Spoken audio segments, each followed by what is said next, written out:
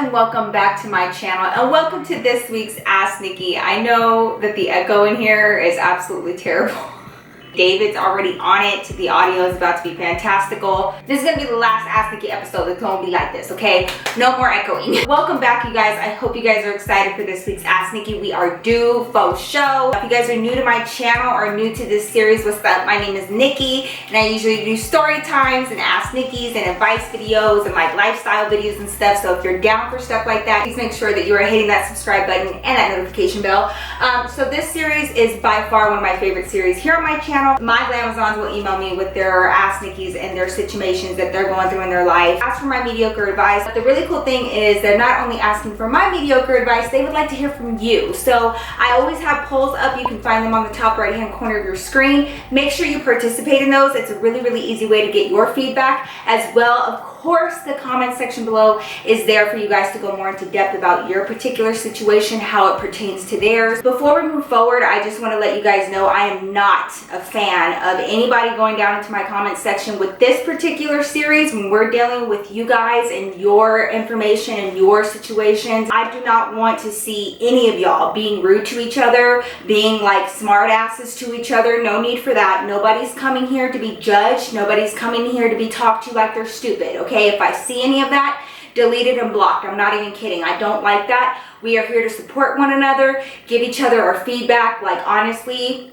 keep all that over there. Getting into arguments about this kind of stuff. Like, if you would do something differently, that's fine. There is a difference of an opinion, and that makes us all human, and that's fantastical. No need to be rude about it. Okay, cool. As per usual, we are gonna find our Glamazon shot of the day. These are my girls, my ride or dies, my do anything for me, my MVPs, okay? They send me their beautiful Glamazon shots via Twitter or Instagram. I do toggle between the two. Today, I'm gonna be picking through Instagram, and like I said, it's very random. All I do is put in my hashtag Glamazon shot, so make sure you guys are doing that too. And of course, just to make sure that I see it, tag me in your photos, whether it's on Instagram, Twitter, tag me so I know you one of my girls. Oh my God, you guys are so gorgeous. My goodness, I can't. This is my girl. I just found her on Instagram that fast. She goes by Justy20 on Instagram. Look at her. Don't y'all just love them filters on Snapchat? They really just be like making my whole life. I do not get on my Instagram or my Snapchat without a filter. Girl, you look amazing. Thank you so much for loving me and supporting me the way that you do. She said, I love you, Nikki, and I hope you see this. OMG, you're so funny, you're real, and I love that about you. Keep doing what you're doing. Thank you so much, girl. I appreciate all of your love and support. You guys know that I would not be here without you, and I could not do this without each and every one of you guys. So thank you from the bottom of my heart. Now let's get into y'all situation, see what y'all are doing, what y'all are getting into. Okay, y'all get y'all's wine, y'all snacks, y'all's thinking caps on, and make sure you're watching out for those polls. And of course, leave your wisdom down in the comment section below. Okay, so let's jump into this. Our first email is from our girl. Her subject line is inevitable wedding drama. I know all about this. Let's do it. Okay. Hey Nikki, I just wanted to say thank you for your YouTube presence. Oh, thank you. I've been watching your videos for years now, but I was anti-YouTube, so I did not subscribe until more recently. Sorry, fix that now. Excuse me. Let's not do this, okay? Don't play no games, all right? Either you love me or you don't, and if you do, you hit that subscribe button. It's very simple, okay? Don't be playing no games. Either be hot or cold, no warm, okay? Like, let's not do this. Let's not play this game. Don't be trying to play hard to get, but if you are hard to get, girl, I'll get you. Anyway, I've got some stuff going on. I'm soon going to be engaged with the love of my life. She's also a woman. Because of our lifestyle, gay women living together before being married, neither my parents or my girlfriend's parents approve.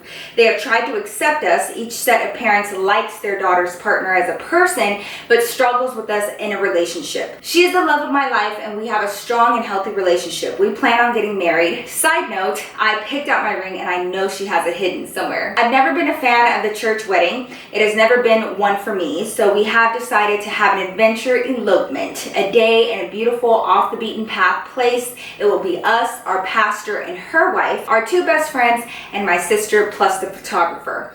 This is how I I want to get married. Growing up in the church has been hard for us. Even in our daily lives, being gay has brought judgment and little acceptance in our lives. My wedding day, there will only be people who I want to invite, not who I'm obligated to invite. Only people who have made me and my partner feel accepted. I do not feel bad about not inviting my girlfriend's parents since they do not even know that we will be getting married. We are closer to my family, so they're going to be very hurt when they find out that they are not invited, but my sister is. I don't know how to tell them. I truly wish I could have them there. I just know they are not going to make me feel good about it. They do love me and they love my girlfriend. She even asked my dad for my hand, which was also super complicated and didn't end in a yes or a no, just in support for my decisions. I want to be close with my family, but I know I cannot have my parents there. This is a decision I know will be called selfish, but I feel like it is important to my mental state and to my forever memory of a day that I want to be special. So I guess what I wanted your opinion on was, how do I tell them they're not invited? Am I making the right decision? And should I feel guilty? Thank you for your time. Your Glamour's on. First of all, congratulations on, your engagement. I know that the engagement hasn't happened yet, but you already know. Just don't be nosy and trying to find a ring, okay? Like some of us, we just need to wait for it. Congratulations nonetheless. That is such a huge thing in your life. And, I'm so glad that you found somebody that makes you feel good about yourself and that loves you the way that she does. And you guys are just, a great match and are about to spend the rest of your lives together. This is huge. Not everything is roses and sunshine when it comes to being engaged and getting married and the act of having a wedding. And I completely, girl, I 100% get that, okay? This issue right here of like who to invite to your wedding and how to have your wedding and who you might be disappointing and all that, I feel like every bride goes through that. I feel like you're having an even tougher time because you are marrying a woman. Of course, I feel like that's just not going to be as accepted by parents who are a little bit more closed-minded and may have a hard time accepting that about you. But regardless, this is your special day, right? Not a whole lot of brides have to think about this, which is whether or not their parents are invited, because usually that's a given. You're not a fan of a church wedding. I get why, because I'm sure, you and your girlfriend have both been judged quite tremendously by the church. It tends to happen. I hate that about the church and the fact that it is a place of judgment for a lot of people, and it shouldn't be that way. A church is supposed to be a place of love, not a place like that. I could go on and on about that. Like I don't agree with that at all, but I get it. So you don't want a church wedding. Your fiance isn't really that close to her family anyway, so you don't really feel bad or guilty about not inviting them. Like that's a no-brainer. What you are struggling with is your family. So you're saying that your family has accepted your way of life and they want to support you, but the overall being happy and being joyful on your wedding day, that you're not going to get that from them. So you just feel like it's better to not even invite them. They don't have any issue with your girlfriend personally. They love her as a person. They're just still struggling with the idea of you guys being in a relationship. Your girlfriend actually asked your dad for your hand in marriage, which was really respectful and something traditional that she kind of mixed in there in a non-traditional, setting. So you couldn't really go into detail about how that conversation went. You just said it was complicated. She didn't really get a full-on yes. She didn't really get a full-on no, but she did get him saying that he just wants to support your decision, which is nice of him. But of course you're looking for that joyous, absolutely, you love my daughter, let's do this, I want you to make her happy. Yes, you can have her hand in marriage and I trust you implicitly, and that moment didn't happen. But your dad was I do want to support her decisions though. You say, I want to be close with my family, but I know I cannot have my parents there. And you know that this decision will be called selfish later on after they find out. Your biggest reason for making this decision is you feel like it's important to your mental state and your forever memory of a day that's so special for you to stick to exactly what's going to make you happy and nothing outside of that. Okay, obviously I didn't really have to face that type of judgment when it came to my engagement with David. He and I had been together for so long, girl.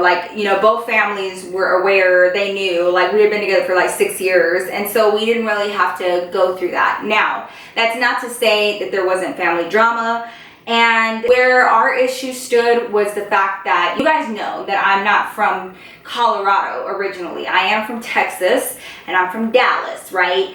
My family, like all my cousins, my uncles, my aunties, like everybody, still over there in Dallas, still, okay? And I have a lot of them. I have a big, huge family. When it came down to David and I's wedding and who we wanted to be sitting there to like physically be there as a witness to us, you know, combining our lives together, I had to be completely honest with myself. And here's the thing. What you're basing your decision on is completely spot on, because I asked myself the same question, like, did they always support my relationship with David? Have they and will they support your relationship with your future wife? It's not that my family didn't support my relationship, it's just like they weren't really around for it. I moved when I was 12 and I just kind of felt disconnected from them.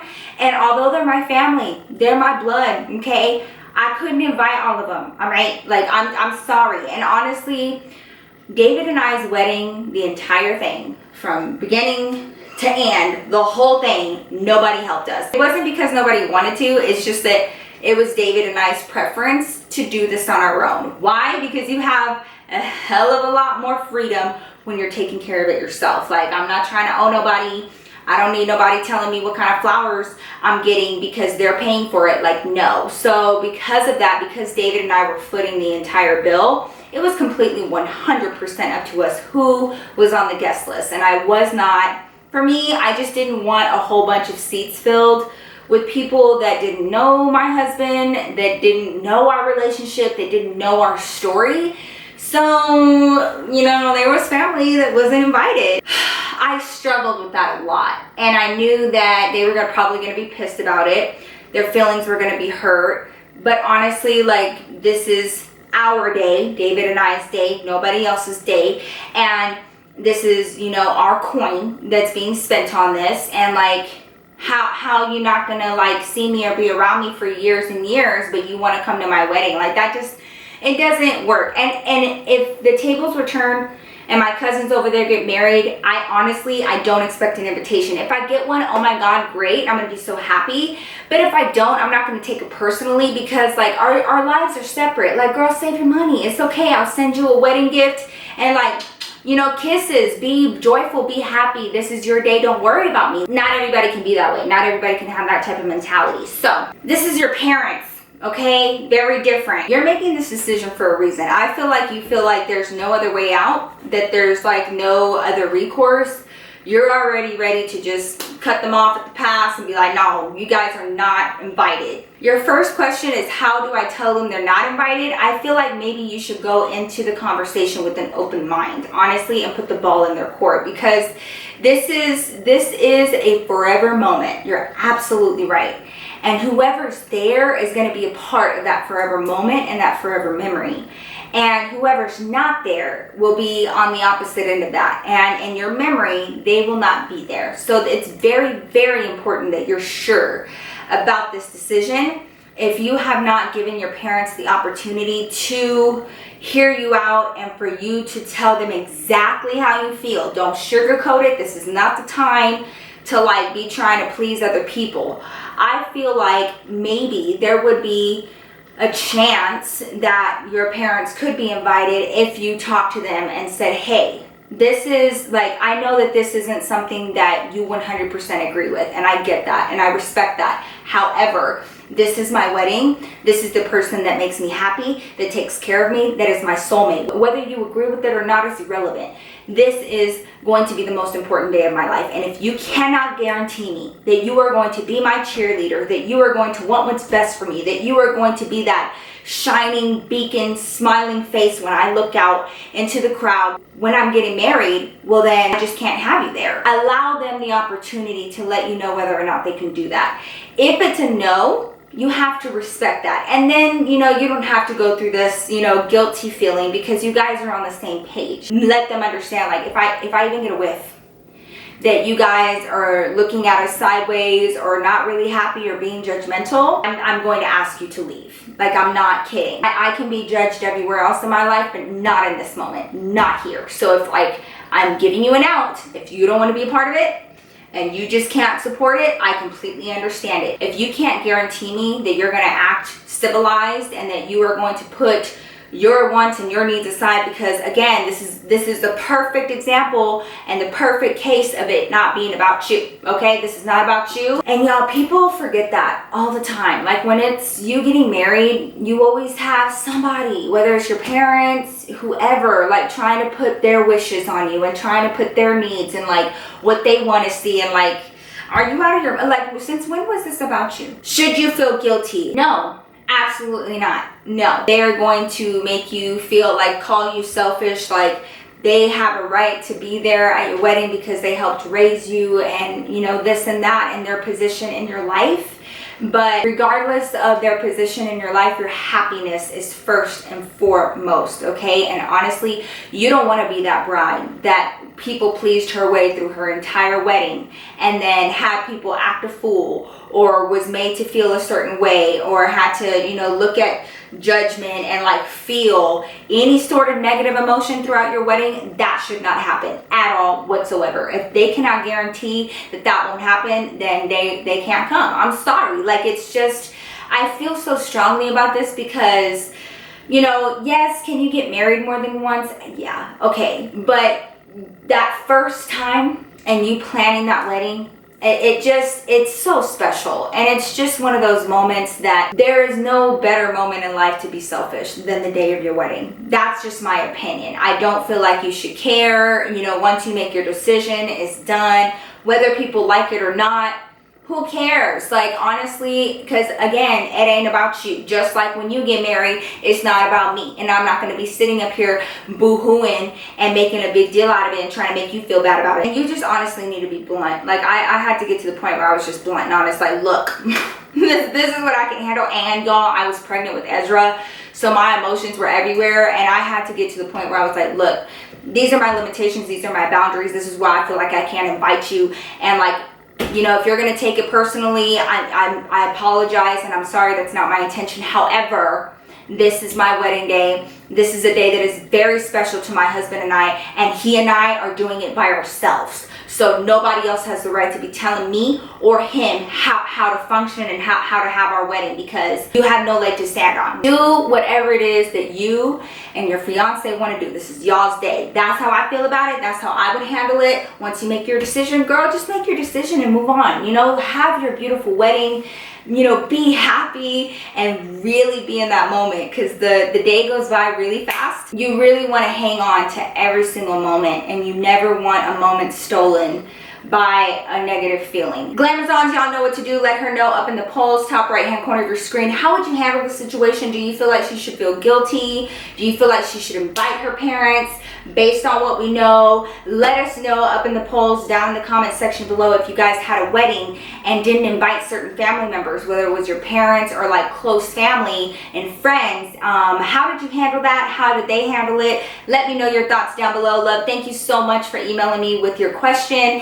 And I hope that this helped, and I hope you have a beautiful, amazing wedding, and I wish you and your wife nothing but the best. Mwah. So this is for my girl, and her subject line is girl work drama. Again, I understand. Hey Nikki, I'm a huge supporter and been watching your videos for a long time. I love your videos and I think you're an amazing role model to me and to other women. Thank you so much. That means, like, honestly, that means so much to me. I would like your advice on how to deal with other females in the workplace. Whenever I have worked for companies where there are only female employees, there's always been drama. It's so frustrating. I recently quit a job at a dental office as an instrument sterilizer because the women working there were pretty rude and not willing to train me to become a dental assistant.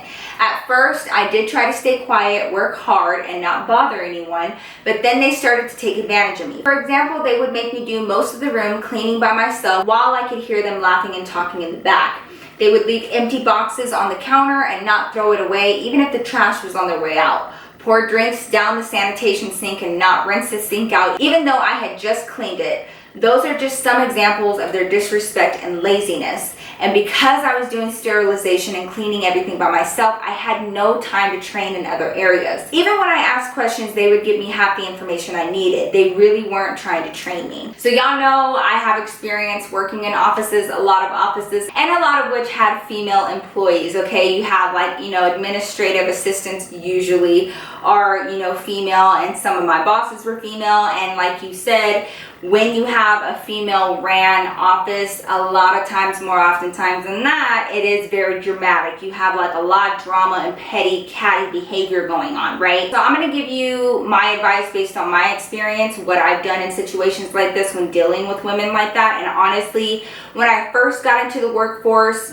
trying to get my foot in the door in like the corporate world and working in different offices, I tried to handle things the way that you did, by just keeping my head down, doing my work, getting my paycheck and leaving, right? But it's not always that simple, because I'm assuming that this is a full-time job. You're spending 8 hours out of your day, 5 days out of the week with these same women, and there's only so much that you can take. And the same thing started happening with me, and I've talked about this in a few of my story times, where whenever they found out that I was like efficient, I was able to multitask, or whatever it was that I was good at, they started becoming more and more lazy. They would depend on me for a lot more, and a lot of it was cleaning, especially the whole conference room thing, girl. Then they started going less and less out of their way to clean up after themselves, okay? And I got really tired of it really fast, because I am no maid. I'm sorry.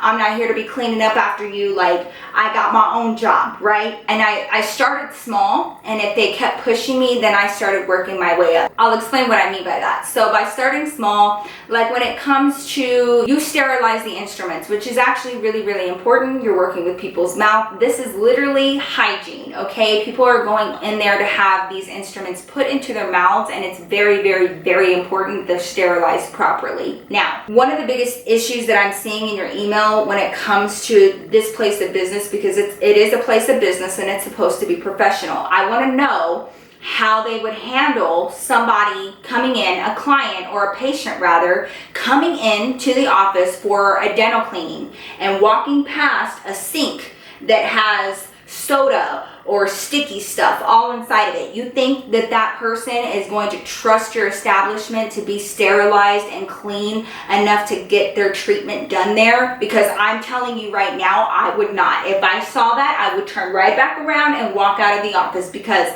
that means that y'all dirty up in there. I'm sorry. So that means that there's a potential for you guys to lose patience over this and lose out on money over this, because they want to sit up there and they want to be nasty. It goes against, being a professional establishment of dental hygiene, okay? So when I would see stuff like that, I was a big post-it note queen, okay? Like I was like passive aggressive with my post-its, like, hold up, you don't want to listen to me, hold up, you know what? I'm gonna make it real hard for you to ignore me. So I would get petty and write post-it notes and like write something that they couldn't disagree with on a professional level. Like for your situation, I'd be like, please be sure to rinse out sterilization sinks for cleanliness for our future patients, or something along those lines, where it puts them on blast but kind of low key. And that way, I don't know if you can do that. I used to do that around my office. I used to be like, please be courteous of your fellow coworkers in the common break room area and clean up after yourself. Just kind of make it about the community and the fact that other people have to utilize this station. The dentist has to utilize this station. So like, y'all need to stop being nasty, pretty much. Just a friendly reminder. I was all about that, friendly reminders. And if that didn't work, then I started kind of going up the ladder, because I wasn't going to be treated that way, number one. And also number two, that's just a hindrance to your job, okay? I don't know if your supervisor is a part of this petty behavior. I would hope not, but that's the person that I would go to and that I have gone to in the past.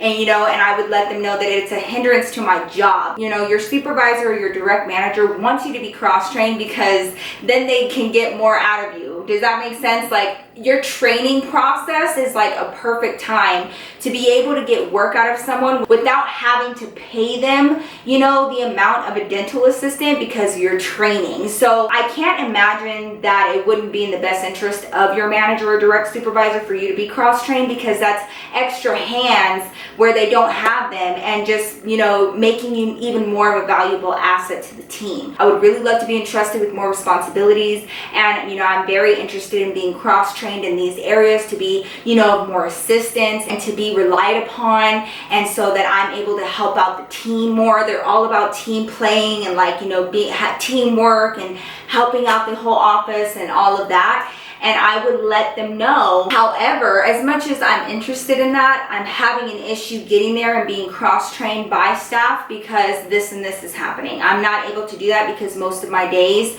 are picking up after the office. And I would even go as far, look, y'all, okay, it's a part of your job description, all right? If it's not a part of your job description to be picking up trash and like taking out trash, then I would bring that to my supervisor as well. Like, hey, like I did, y'all, I used to like print out my job duties and be like, I don't, what they're having me do, I'm not seeing that on here. And I'm just trying to make sure that my time is being utilized as efficiently and effectively as possible. And I just don't feel like our potential in this office is not being utilized in a manner that it should be. And I just really want to be a valuable asset to the team, y'all. I would play that game, because more than anything, their number one priority should be how well the office runs, how professional the staff is, how much patients trust their work and coming back to them for, you know, their dental needs. I think you made the right decision. You said you quit. I'd quit too, because like, I'm not here to have my time wasted. What one person won't train you to do, somebody else will. Somebody else will see your potential and actually be smart enough to use that. That is not smart business practices, and it ain't your fault that they're not there to win it, okay? So I did not stick around very long for problems and drama and like stuff like that, because I'm here to not only make my money, but I'm also here to gain that experience, because experience is worth so much more than anything else. Like, I'm not gonna lie, I have, you know, beat other girls that have twice the amount of degrees that I do just because I had actual hands-on experience. It didn't matter that they were in college for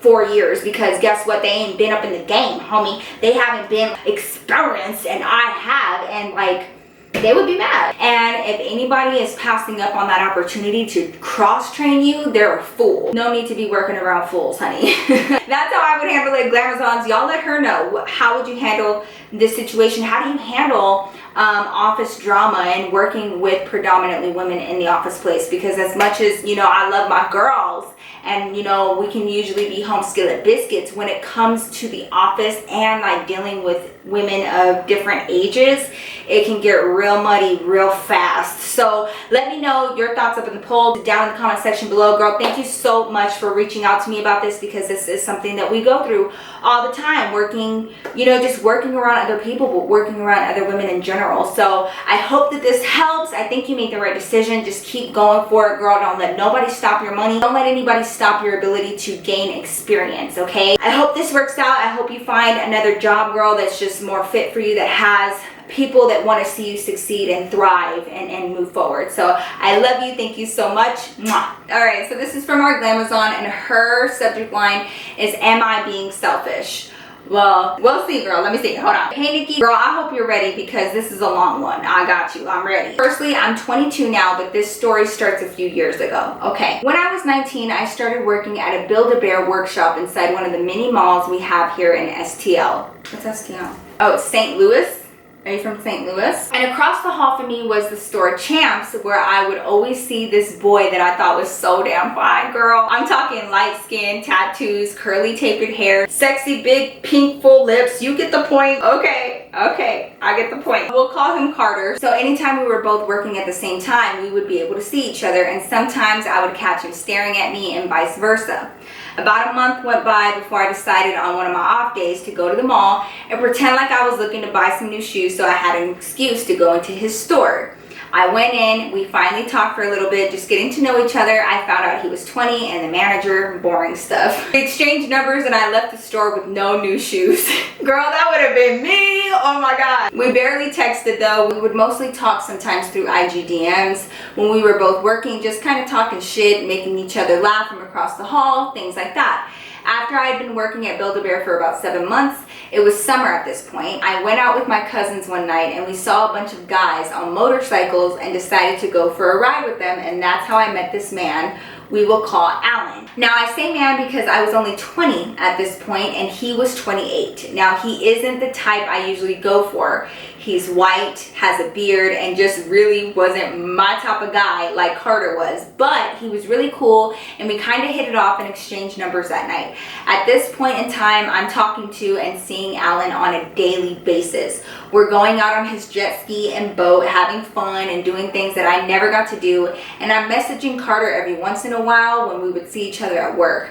Alan and I decided to make it official after about 5 months, and it was great. Like I said, he's older, so he would always do things for me. Like if my car had a flat tire, he would come and change it for me, and he would take me out to dinner, typical boyfriend stuff. So I got a new job after a year and a half of working at Build-A-Bear and didn't see Carter anymore, but he would always like my pics on IG and send little heart emojis and stuff, so I always knew he was still interested, even though it never went anywhere from just messaging. Alan and I have been together for about 9 months now, and everything is good, but I would sometimes not feel as happy as I wanted to be, and it had nothing to do with him as a person. I think it had more to do with my physical attraction to him. Carter and I lost touch, but he would still like my pictures and vice versa when we posted. So fast forward to now, Alan and I are still together after 2 years. Carter and I recently started messaging on Snapchat, and I know it's wrong because I have this amazing man who treats me like a queen, but the physical attraction just isn't there for me. So Nikki, my question for you is, what should I do? Alan is my boyfriend of 2 years and he's amazing, very mature and put together. He has his own house, 2 cars, 3 motorcycles, a 4-seat jet boat, jet ski, and we do all these amazing things together that I never got to experience before I met him. But the problem is I'm not physically attracted to him like I want to be, and I don't know how to approach a conversation because I don't want to hurt his feelings. I don't know if I'm staying with him because of the way he treats me and the things he can do for me. I always feel like I'll stray away from our relationship with Carter because I'm physically attracted to him, and sometimes I just feel like I need satisfaction sexually because I don't really get it with Alan. I feel like Alan deserves better, and I will never be fully satisfied in our relationship. Please help me. Girl, okay, well girl, alright, so long story short, our girl worked at Build-A-Bear for a while. She saw this cute guy working across the hall at Champ. She went and talked to him. Nothing really came of it. They just started DMing over IG.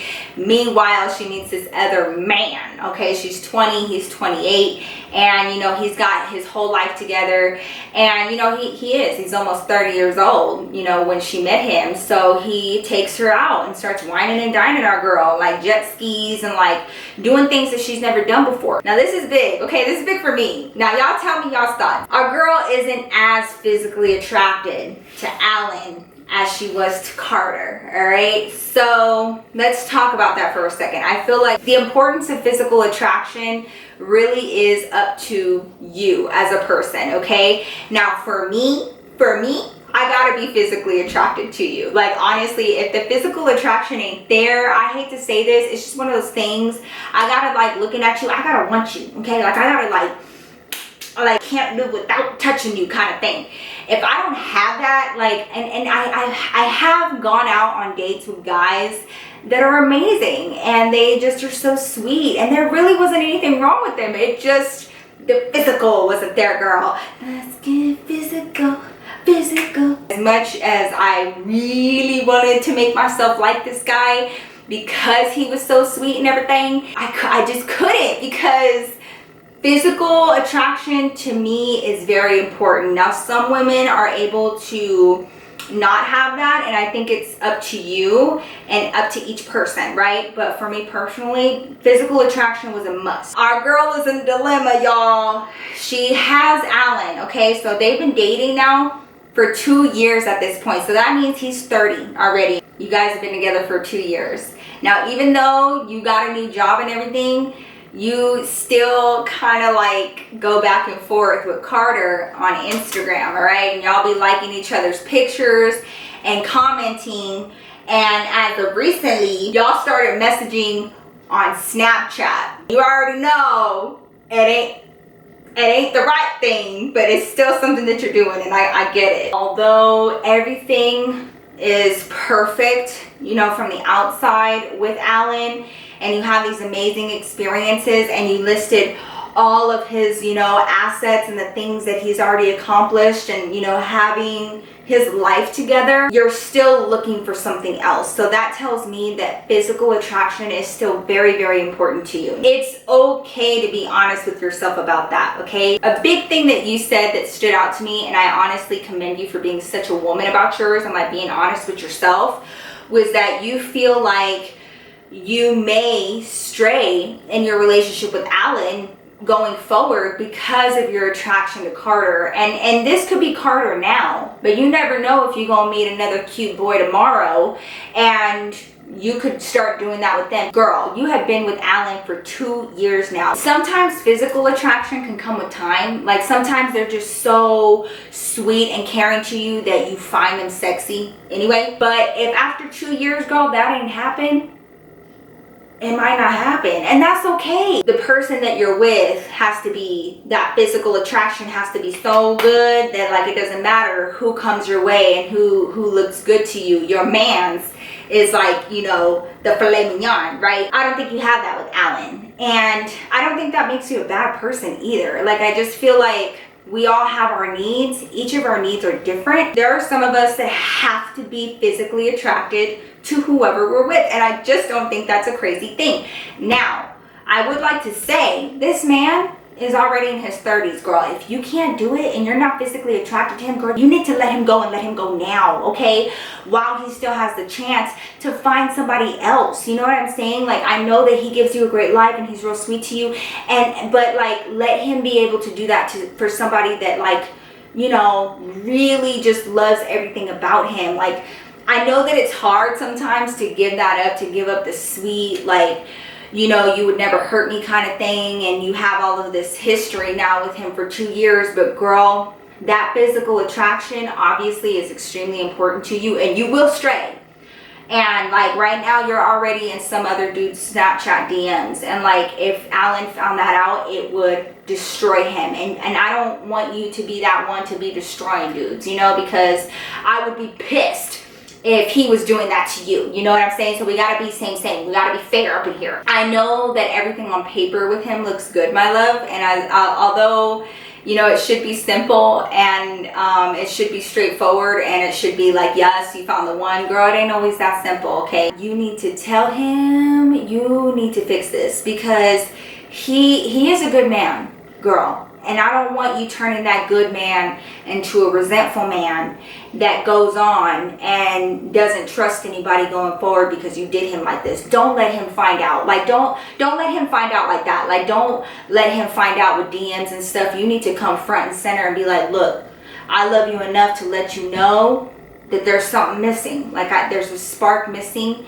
And you are such an amazing person, and I want you to find that person that like is just perfect for you, and that's not me. And it's going to hurt him at first, but honestly, when you allow him to be free to go find that woman that can't keep her hands off of him, he is going to thank you so much for that, because he would much rather that than to be in a relationship with you where he's loving and adoring you and everything, but you still, it just ain't there. Like, if a spark isn't there, it ain't there. We all know what that's like to be around a dude, and everything on paper is great, but like they don't give you that feeling in your loins. When he doesn't realize it, if you're not ever looking at that man like, damn, like I could eat you up right now, girl, that ain't the one. I think that you need to fix it. And the other thing that you have to think about, girl, is that like, you're not gonna tell me that Carter doesn't know that you're with Alan and you've been with Alan. So like, what are you teaching Carter about Alan? Like, even though you may not be physically attracted to him, but you should still respect him,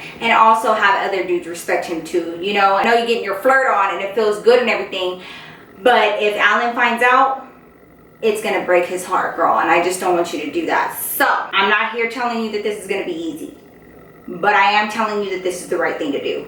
If in 2 years the physical attraction still ain't there and you're still needing and wanting something else, and you know your needs matter, you got to allow yourself to be free to go flirt and, you know, find the person that can do all this and you're physically attracted to them, because it does exist, trust and believe me. So don't be afraid to let them go just because you feel like you're not going to find somebody else. You will find somebody else, and he will find somebody else, and you guys will each have somebody in your lives that like loves you from top to bottom, everything about you, and he deserves that too. So that's what I would say. Glamazons, y'all let us know up in the polls, down in the comment section below. This is a very, very hard decision, okay? When you have like the perfect man, you know, comes and gets you and like takes you on excursions and jet skis and has his whole life put together and everything, but you're not physically attracted to him, and you're physically attracted to other dudes, and you find yourself in those other dudes' DMs.